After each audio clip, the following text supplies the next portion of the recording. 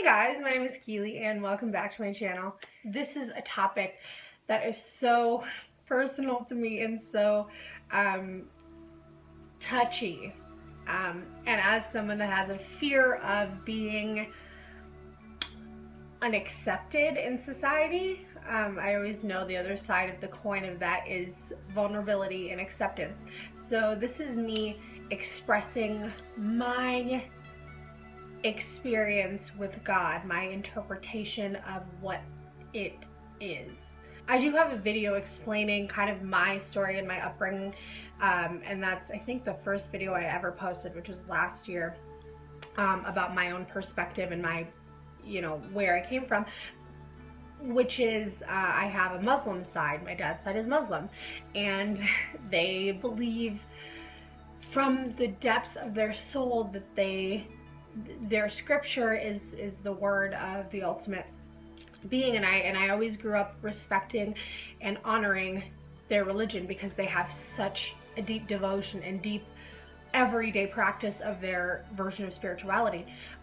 The other side is my white side is Christian, and to the point of I have some kind of fundamentally opinionated Christian beliefs, and I have love for that as well.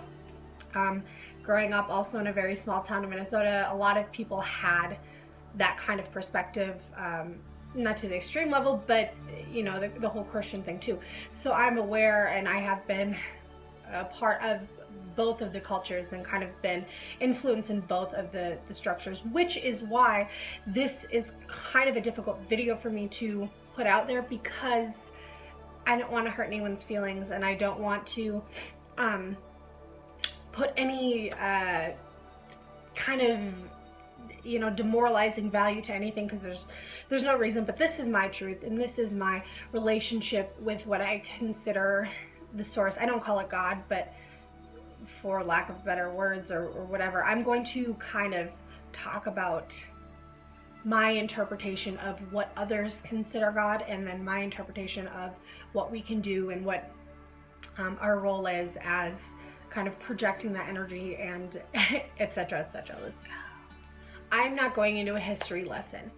I'm not here to tell you where things started, where things are going. I'm here to just talk about the energies in general. So this is my interpretation of the energies in general that have happened. I'm not bringing out any dates. I'm not bringing out any crusades. I'm not bringing out any of the religious movements. I'm not talking about any of that stuff.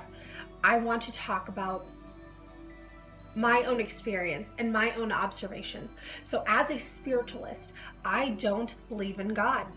I don't believe in that one guy that sits above the rest of us, this human persona, and points fingers and judges. Imagine we have this entire universe filled with energy and patterns that we couldn't even believe.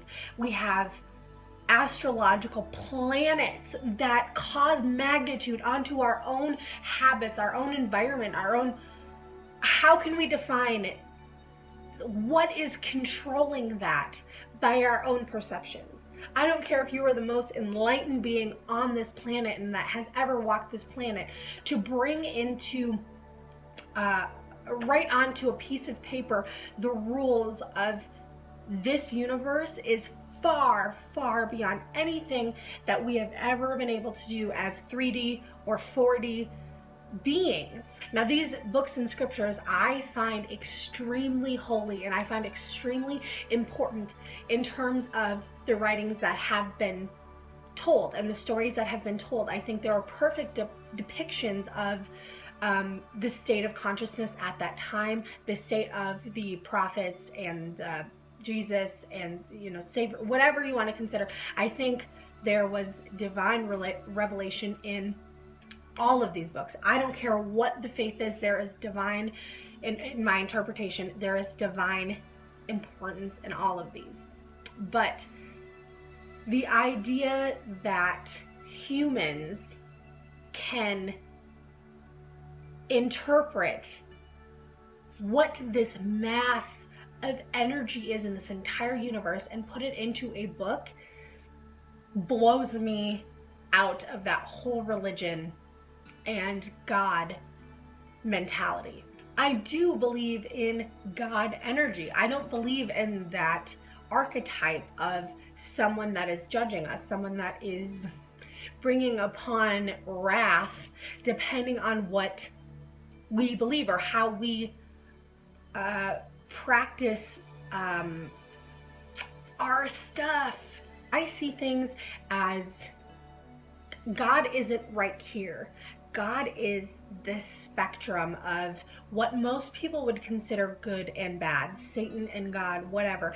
There is, and rather these archetypes, we've got these different vibrations that we can tune into. We can kind of, happy days are up here, and then our sad days and our lonely days are down here, and we've kind of been pointed at in a direction that only looking at the positive side and what people are doing in the, you know, to back our word.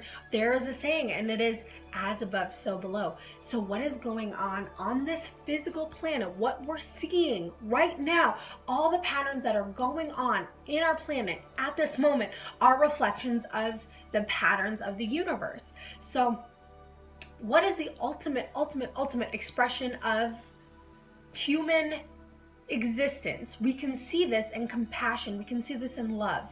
There is no way that you can look at someone that that isn't compassionate and say that they're on the highest frequency, or vice versa. Someone that is on the highest frequency is not susceptible to that judgment, that it just gets waved. I mean, it just gets filtered out in the sense of vibration. The vibrations can't sit within each other. So the highest expression of vibration, the highest sense is compassion and love in humans. And why would that be any different if there were someone that were to sit above and that had created us? The ultimate expression of that being would be ultimate acceptance, ultimate love. There is no separation between the patterns that are on this planet than up there. And if you're the person that says, well, the book says it, I'm not here to change your mind. I'm here to express how I feel as a person.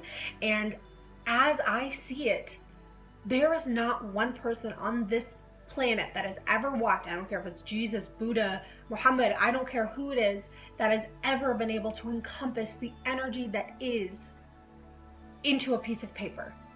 There is not any fathomable expression out of the human language that can put on paper the kind of power that this energy holds. I think all of us on this planet have a role to appreciate each other, have a role to appreciate where other people have come from, whether it's believing in God as one being, or the universe, or different manifestations of God in terms of gods and goddesses and whatever. I think it is vital to not assume that someone else should be where you're at.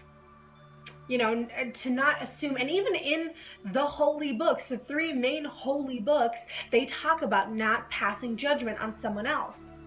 I know directly in the Muslim religion, they talk about not being able to try to coax someone else into their religion. There is not one spiritualist on this planet that has meditated and that hasn't connected to the Jesus energy, that hasn't meditated and somehow connected to the Buddha, Muhammad,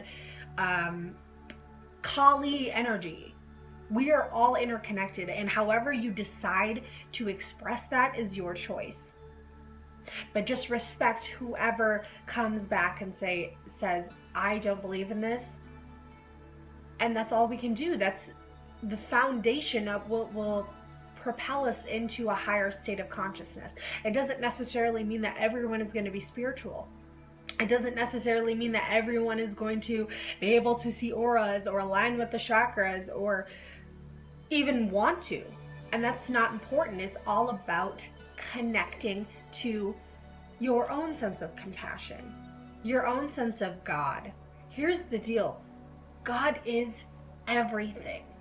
The power of belief is everything. That's why you can go into a Christian church and you'll see people, you know, raising their arms up in faith, and they're so happy and so in love with the scripture and what they're believing. That's why you can go into a Native American sweat lodge and visions come. It's because that faith is there and that connection is there. That's why you can go into a for instance, go into Hajj, and I've never been myself, but people walk around for hours upon hours and hours with that connection to their source, their version of reality that encompasses all that is. And thank you guys so much.